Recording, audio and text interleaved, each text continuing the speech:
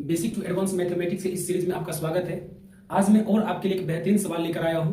तो सवाल हमारा है यदि a का पावर b माइनस b का पावर a बराबर 17 हो तो a और b का मान ज्ञात करें। ठीक है, तो ये जो सवाल है ना, ये सवाल यहाँ पे देने का मेरा एक ही मकसद है कि आप जो है सवाल को बस सोचना शुरू कीजिए कि सवाल को करें कैसे। ठीक है, सवाल बहुत ही बेहतरीन है, आप थोड़ा सा सवाल को टाइम दीजिए, बनाने का कोशिश कीजिए, तब मजा आएगा। तो सवाल देखिए क्या करना है, समझिए।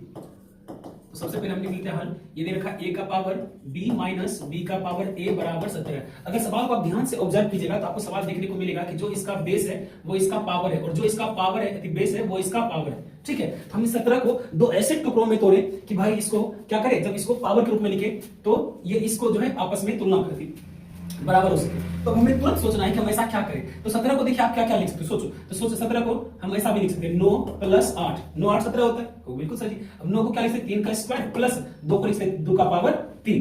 ध्यान से देखिए, तो आपको चीज देखने को मिल रहा होगा कि जो इसका बेस है वो इसका पावर है, और जो इसका बेस है वो इसका पावर है। और जब इसको सॉल्व करेंगे 3 3 9 और 2 2 4 2 8, तो 9 8 17 हो भी है। लेकिन दिक्कत यहाँ पे ये है कि ये प्लस करने पे आ रहा है, जबकि यहाँ पे माइनस करने पर, तो हम इसको ऐसे नहीं लिख सकते। मुझे लगता है कि आपको समझ में आ रहा होगा। तो क्या कर सकते हैं, तो उस तुरंत हमें सोचना होगा कि क्या हम इसको 81 माइनस 64 लिख सकते हैं।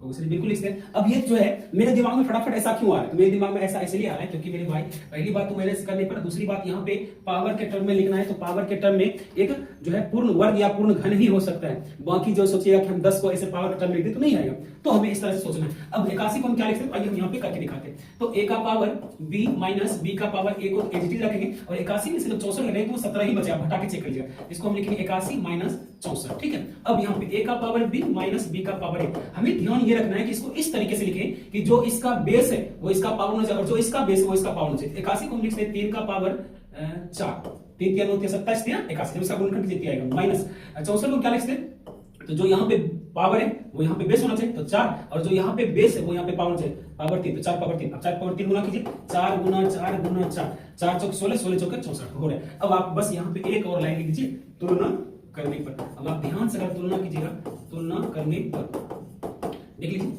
a का पावर b है, तो a का पावर यहाँ पे b दिख रहा है। मतलब कहने का ये है कि जो इसका बेस है वो इसका पावर है। देख लीजिए, जो इसका बेस है वो इसका पावर है, और जो इसका बेस है वो इसका पावर है, तो दोनों सेम चीज दिखा है। तो तुलना करने पर a का मान यहाँ से क्या आ जाए 3, और b का मान यहाँ से क्या आ जाए 4। ठीक है, इस सवाल का एक और जवाब है। मैं चाहता हूं कि वो जवाब जो है आप ढूंढे और कमेंट सेक्शन में जरूर लिखें। और भाई बहुत मेहनत से सवाल आपके लिए लेकर आता हूं, लेकिन आप लोग जो है ना इतना कंजूसी करते हैं कि एक लाइक और एक शेयर तक नहीं करते। और चैनल को फॉलो कर लीजिए ताकि मोटिवेशन मिलता है, काम करने के बदले थोड़ा सा जब अप्रिसिएशन मिलता है ना तो काम करने में मन लगता है, और जब नहीं काम अप्रिसिएशन मिलता है तो काम करने में मन नहीं लगता। इसलिए जो है आप नोटिस करते होंगे कि बीच बीच में एक दो दिन तक वीडियो आता ही नहीं। ठीक, बस मैं आपसे इतना ही चाहता हूँ कि एक लाइक, एक कमेंट और एक फॉलो भी कर दें।